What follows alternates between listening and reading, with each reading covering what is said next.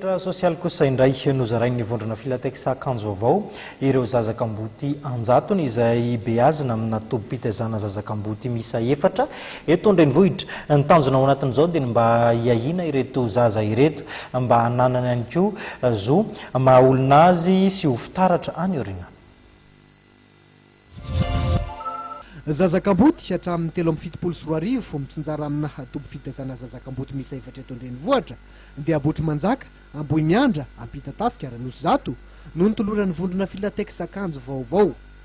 Isan'ny nahazo tombontsoa tamin'izany ireo ankizy kamboty sy mpirenireny teny an-dalana teo aloha misa 570 ny raisiny akany fitahina etsy anosy zato an-tanana.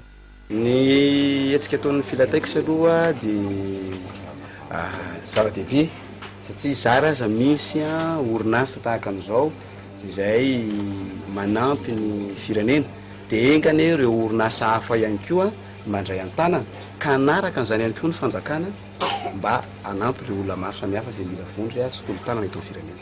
Nahavita ary nahavanina ankizy ny akany fitahina etsy anosy zato mijoro vavolombelona itony 17 taona izay mamisavisany hiasa amin'ny sehatry ny multimédia sy ny famokarana horonan-tsary. Satria sangirana sangirana ito ny anasa.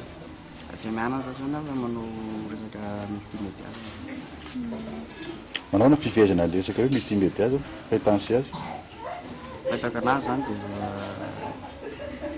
dia efa mandeha mety efa mivoatra.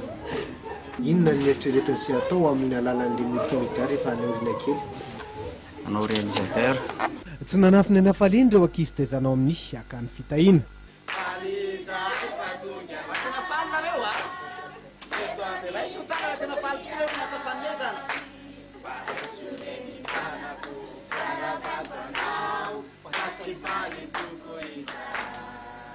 Anampinareo ankizy tezanao amin'ny akany fitahina izay hiatrika ny fidiran'ny mpianatra tsy ho atsy izao fanampina avy amin'ny orinasa zao. Fandraisana anjara amin'ny fitezana azy ireo olombanina eo anivon'ny fiarahamonina ihany koa.